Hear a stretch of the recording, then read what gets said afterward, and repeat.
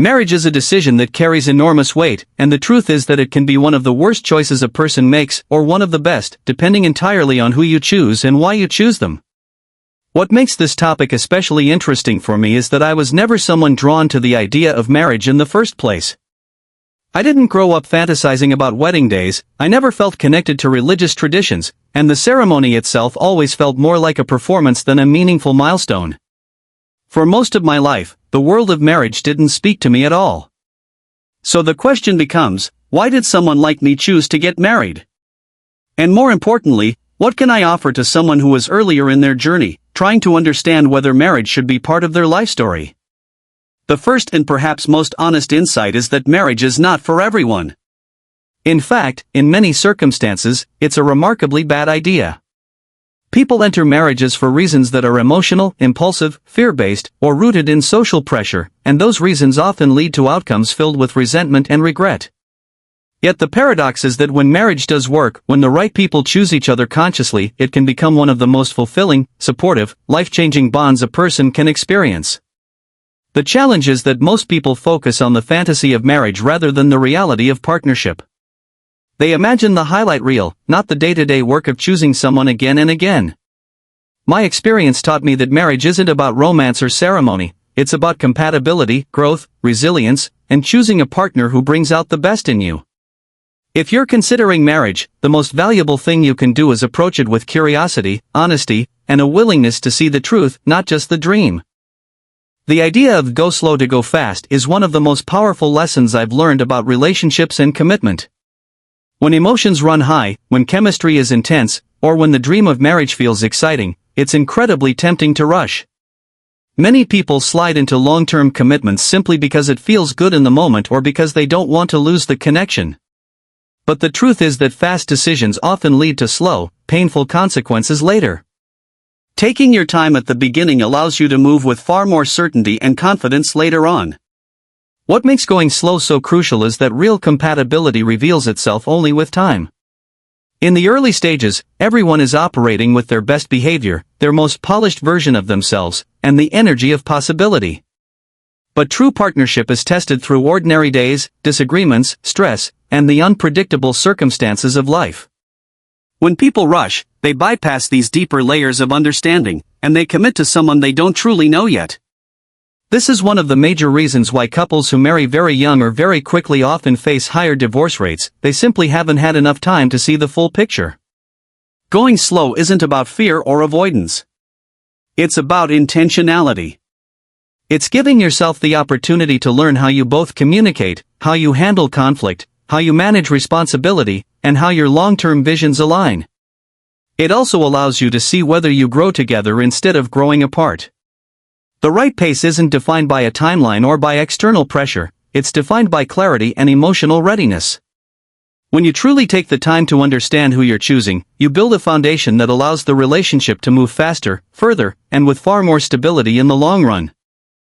The idea that you need to have your entire life perfectly in order before committing to someone is one of the most misleading beliefs people fall into.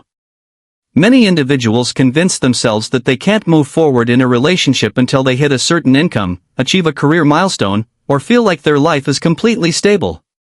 While it's true that emotional maturity and basic responsibility matter, waiting for a perfectly arranged life is often just a way of delaying vulnerability.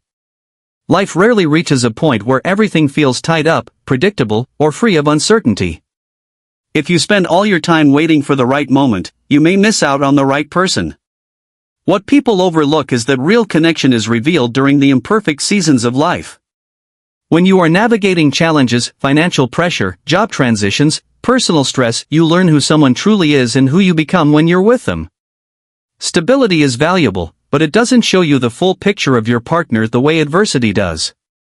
When everything is going well, it's easy for a relationship to feel harmonious. But when life becomes messy, the truth appears. You discover whether the person beside you is supportive, patient, resilient, and willing to grow with you. You also learn how both of you handle pressure, communicate needs, and stay connected even when circumstances aren't ideal.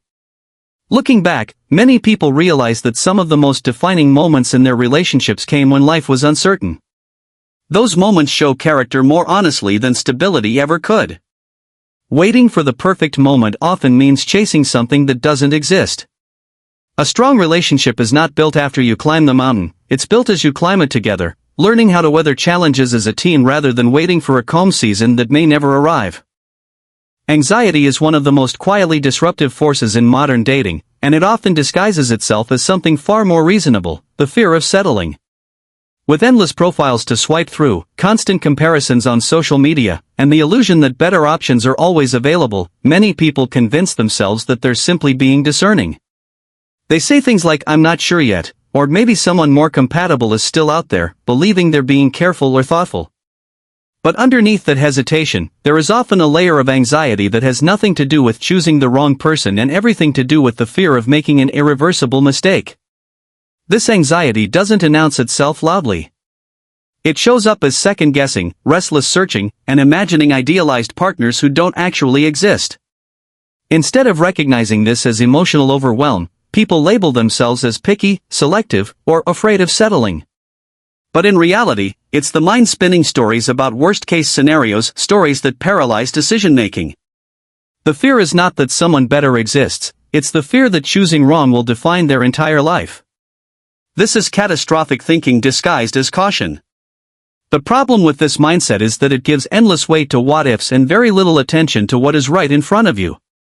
When anxiety drives the narrative, no one ever feels enough, not because they're incompatible, but because anxiety always whispers that something could be missing. And yet, the real regret most people face later in life isn't that they chose imperfectly, it's that they never chose at all.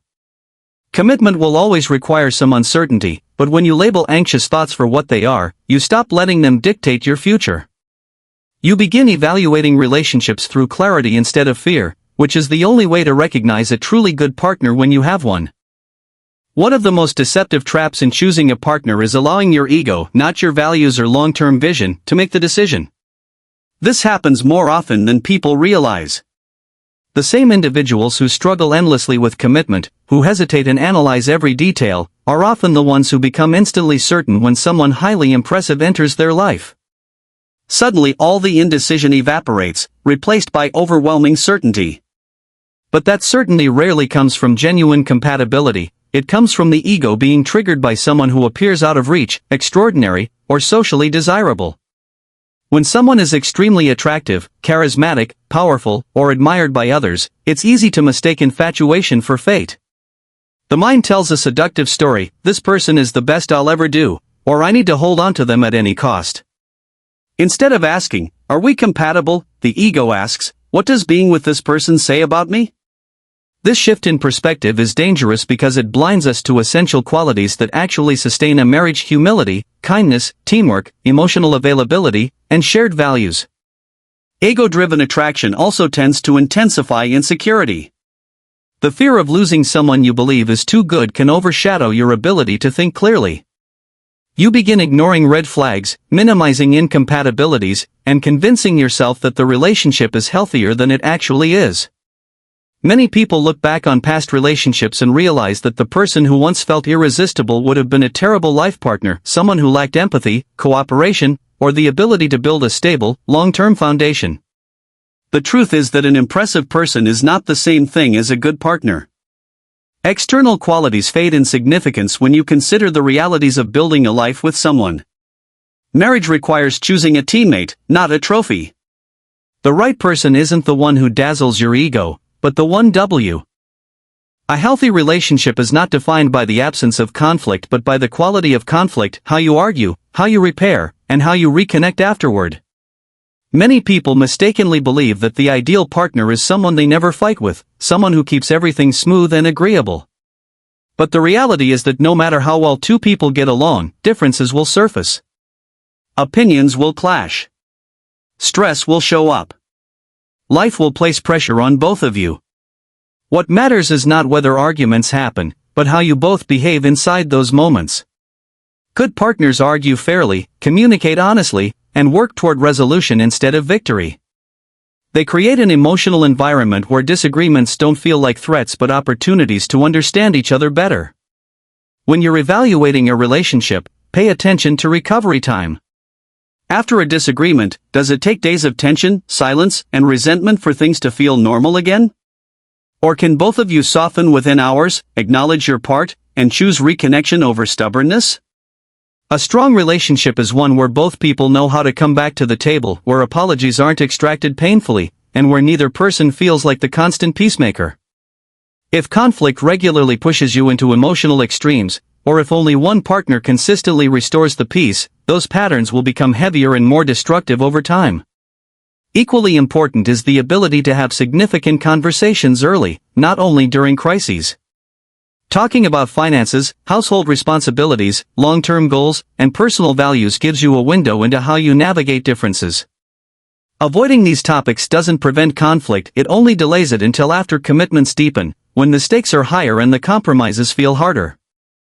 You don't need to agree on everything to build a life together, but you do need shared expectations and a willingness to work through disagreements respectfully. When you find someone you argue well with, someone who listens, adjusts, respects your perspective, and can handle discomfort without attacking or withdrawing, you've found something rare. Marriage is a lifelong team project, and the strength of that team is revealed not during easy days, but in how you handle the inevitable moments when harmony breaks and both of you must choose, again and again, to build it back together. There comes a point in every relationship when you have to look beyond the temporary frustrations and beautiful moments and ask a deeper, more sobering question: can I live with this for the rest of my life? Not just this week, not just during the honeymoon stage, not just while everything feels exciting or new, but for decades. People often evaluate relationships based on short-term emotions, how happy they feel today, how intense the connection is, or how much they want the other person in moments of closeness. But long-term partnership requires a different kind of assessment, one rooted in realism rather than romantic optimism. Certain behaviors, values, or patterns that seem manageable in the short term can become unbearable when repeated year after year. This isn't about expecting perfection, no one is flawless, and every relationship comes with compromises. But there's a difference between quirks you can accept and fundamental traits that erode your peace. If your partner has habits that consistently hurt you, emotional unavailability, defensiveness, poor communication, lack of effort, irresponsibility, or selfishness, it's important to acknowledge that these patterns rarely disappear without significant self-awareness and commitment to change. Many people make the mistake of assuming time will fix what is actually a part of someone's character. They endure, tolerate, or rationalize behaviors because the relationship also has moments of joy. But emotional whiplash is not the foundation of a stable life. When evaluating a long-term partner, imagine the repetition. If something drains you now, magnify it. If something comforts you now, magnify that too. A relationship is ultimately a collection of repeated behaviors, not isolated events. The question isn't just whether you love the person, it's whether the day-to-day reality of who they are aligns with the life you want to live. Love may spark a relationship, but compatibility sustains it. Asking yourself whether you can accept a partner's fundamental traits for the rest of your life isn't pessimistic, it's responsible. It's an act of self-respect and clarity.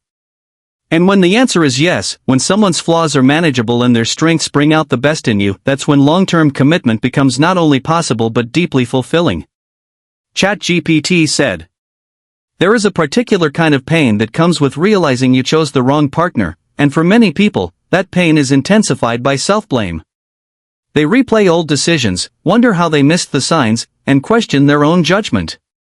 But the truth is that choosing the wrong person is something countless people experience, and it is not a sign of failure, it is a sign of being human. Relationships form under complex conditions: emotional needs, loneliness, pressure, timing, fear, chemistry, or simple hope. Many people enter marriages with the best intentions and the deepest sincerity, only to discover later that the relationship they built cannot sustain the life they need. And while the decision of who you marry is unquestionably important, it is not irreversible. You are allowed to change course. Leaving a marriage, or ending a long-term partnership, is one of the most courageous acts a person can take. It requires confronting disappointment, uncertainty, and the grief of a future you once imagined. But it also represents an act of reclaiming your life. Who you choose to leave can be just as defining as who you choose to marry. Recognizing that a relationship no longer supports your growth, peace, or emotional well-being is not a sign of weakness but a sign of strength. Many people stay far too long in situations that drain them because they are afraid of the stigma, the disruption, or the belief that divorce equals failure. Yet, some of the most fulfilled people you will meet are those who walked away from marriages that were wrong for them and built something healthier afterward. There is life after divorce, meaningful, joyful, grounded life. You can rebuild confidence, rediscover who you are outside the relationship, and eventually choose differently with far more clarity. The lessons learned from a painful marriage often become the foundation of a wiser, stronger future. Instead of shaming yourself for what you didn't know then, honor yourself for what you are choosing to know now. Mistakes don't define your life, how you move forward from them does. As you move forward, whether you're single, married, divorced, or somewhere in between, the most important work you can do is to ask honest questions about what you truly want from partnership and what fears or assumptions may be shaping your choices. Many people go into relationships without ever pausing long enough to reflect on their patterns. They repeat the same mistakes, choose similar partners, or run from the same emotional triggers without understanding why. But long-term commitment requires more than love, it requires self-awareness. The relationships that thrive are the ones built by people who understand themselves well enough to choose intentionally rather than reactively. It's important to reflect on what qualities make you feel safe, supported, and valued. Consider how you want to communicate, handle conflict, and build a life with someone. Think about your non-negotiables and the traits you are willing to be flexible on. So much of choosing a healthy partner is not about perfection, but about alignment, finding someone whose actions, rhythms, and values match the kind of life you want to live. At the same time, be honest about your fears. Are you afraid of commitment, afraid of repeating old mistakes, or afraid of vulnerability? These fears don't disappear on their own, they shape your choices unless you confront them directly. A relationship becomes strong when both partners feel emotionally safe enough to grow, make mistakes, and express themselves without fear of rejection or judgment. That kind of safety isn't created by romance alone, it's built slowly through consistent actions, shared goals, honest conversations, and mutual respect. As you think about the future, focus not on finding a flawless partner, but on recognizing the signs of a healthy dynamic, accountability, empathy, communication, curiosity, and a genuine desire to build something meaningful together.